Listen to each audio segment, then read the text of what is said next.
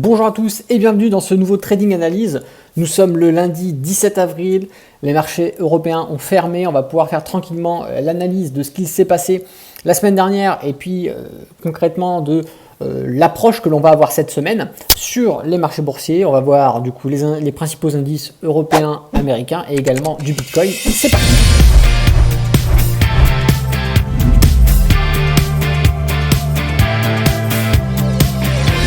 Bonjour à tous, c'est Alexandre, le trader indépendant et même en déplacement du coup, je vous fais quand même cette petite vidéo. C'est pour ça que les petits écouteurs, le petit aménagement de voyage, je vous fais quand même des petites vidéos. Alors on va partir comme à notre habitude sur le CAC 40, mais avant d'aller plus loin, n'oubliez pas de mettre un petit pouce, n'oubliez pas de vous abonner à la chaîne YouTube et surtout de laisser votre commentaire sous cette vidéo. Alors, sur le CAC 40, comme ce qu'il s'est passé, hein, on verra avec le DAX, etc., on a eu une belle reprise. Une belle reprise, pourquoi? On s'est approché, je vous disais, rappelez-vous, dans les derniers trading analyses, on parlait effectivement de cette divergence que l'on a sur ces niveaux. On va les retrouver également ici, sur notre beau RSI. Et je vous disais, faites attention. C'est souvent signe d'un mouvement correctif, d'un retournement, etc.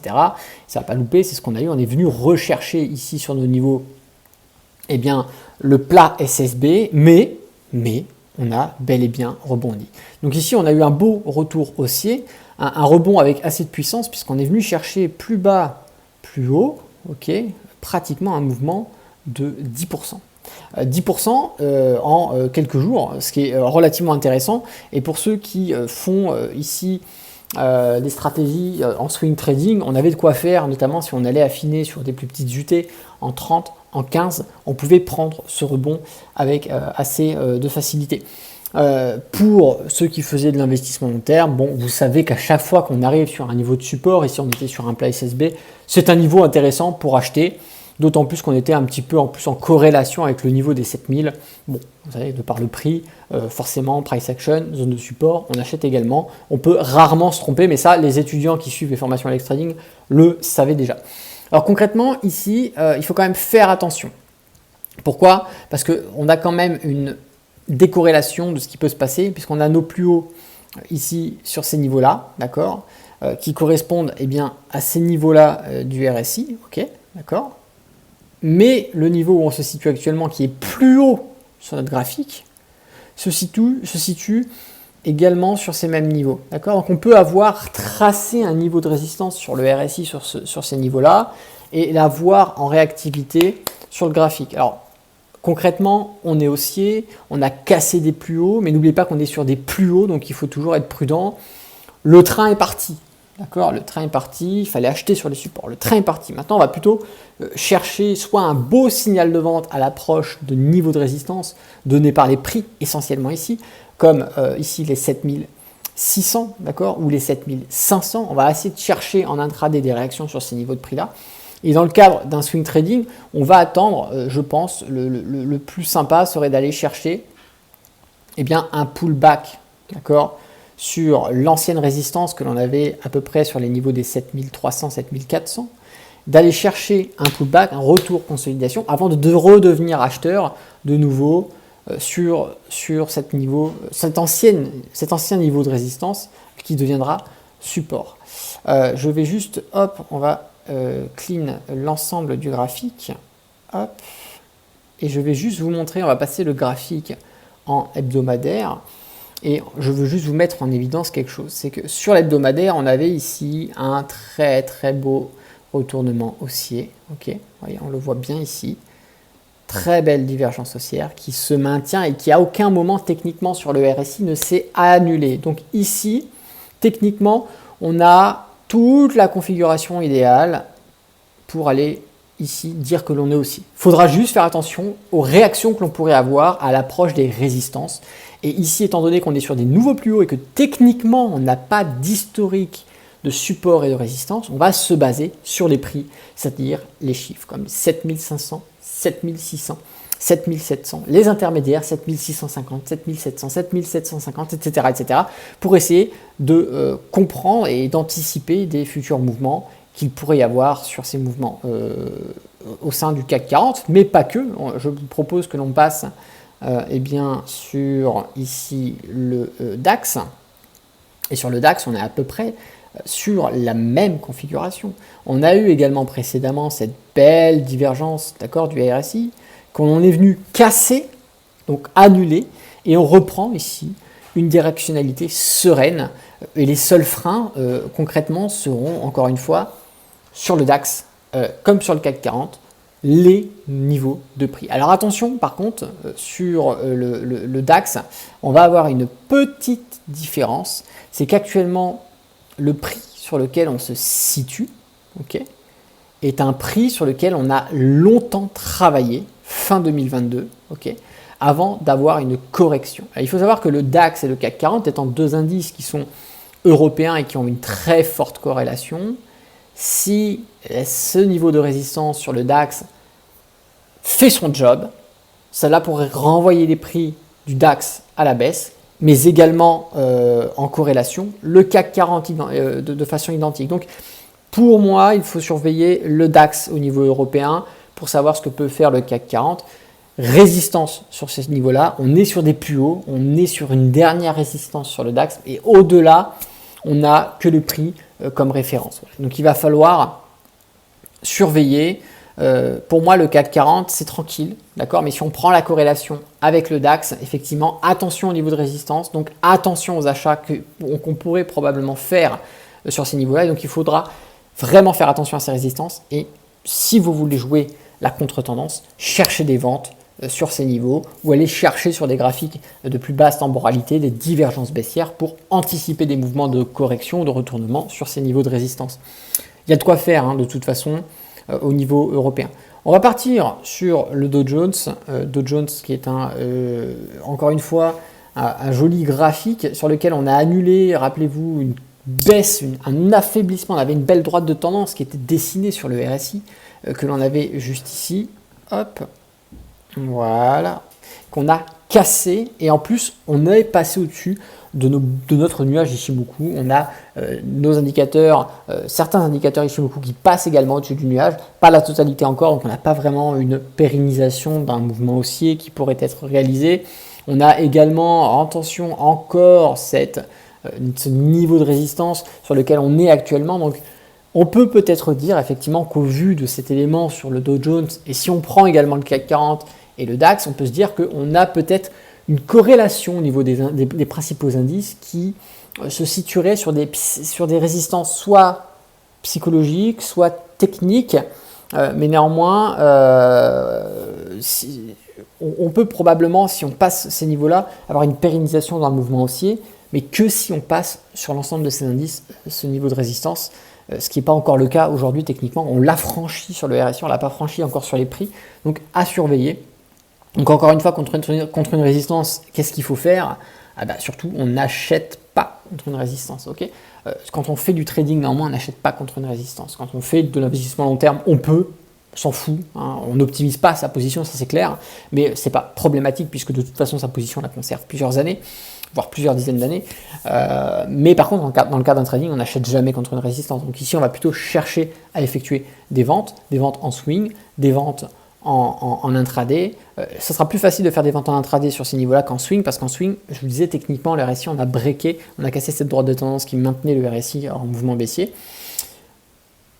Est-ce qu'on va breaker la résistance technique? Encore une fois, c'est un risque, effectivement, puisque les probabilités ici sont assez fragiles.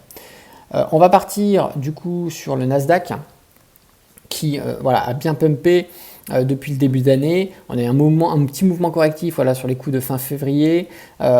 Début mars, on a repumpé un petit peu. Ici, on a une divergence quand même qui est assez visible sur les deux derniers sommets qu'on a fait sur le Nasdaq. Donc attention, ici encore une fois, ça ne veut pas dire qu'il faut vendre, mais ça veut dire c'est un signal d'alerte. Attention, quelque chose est en train de se passer, on perd en puissance haussière.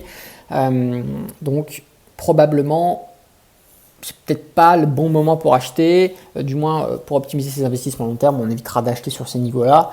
Et puis dans le cadre d'un trade, on peut peut-être essayer de surveiller sur des graphiques un peu plus petits des débuts de retournement pour anticiper un mouvement en swing, pourquoi pas. En intraday, on s'adaptera, hein, comme à chaque fois pour chaque séance intraday, ce qui se passe sur chaque séance, hein, c'est au jour le jour. Même si en swing, on a un gros mouvement baissier, la tendance est baissière, en intraday, vous savez qu'en fonction de ce qui se passe chaque jour, on peut acheter, vendre, faire de la contre-tendance, parfois également de ce qui se passe sur des peu grosses UT. L'intraday, on peut être vendeur sur un actif en swing et acheteur en intraday. Encore une fois, ça, il faut bien le comprendre, ce sont deux façons d'intervenir qui sont complètement différentes puisqu'on ne se base pas sur les mêmes données, sur les mêmes éléments. On va partir sur le SP500 qui a une similitude encore une fois avec les autres indices qu'on vient de voir. On est sur des niveaux de résistance. On a ici pareil des niveaux de creux qui sont assez prononcés. Donc on voit bien ici le mouvement en oscillation des prix.